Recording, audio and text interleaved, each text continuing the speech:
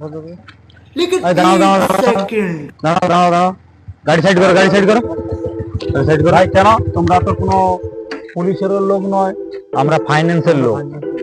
ফাইন্যান্সের তো কি হয়েছে? এই গাড়িটা 6 মাস ধরে আজকে কিস্তি পড়েনি।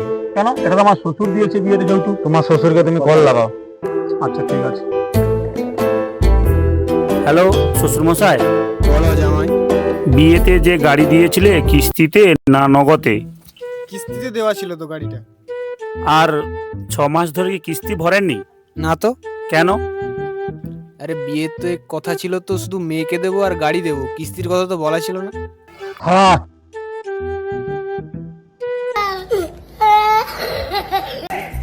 तेरी बहन का हट बे। कौन है बे तू? अबे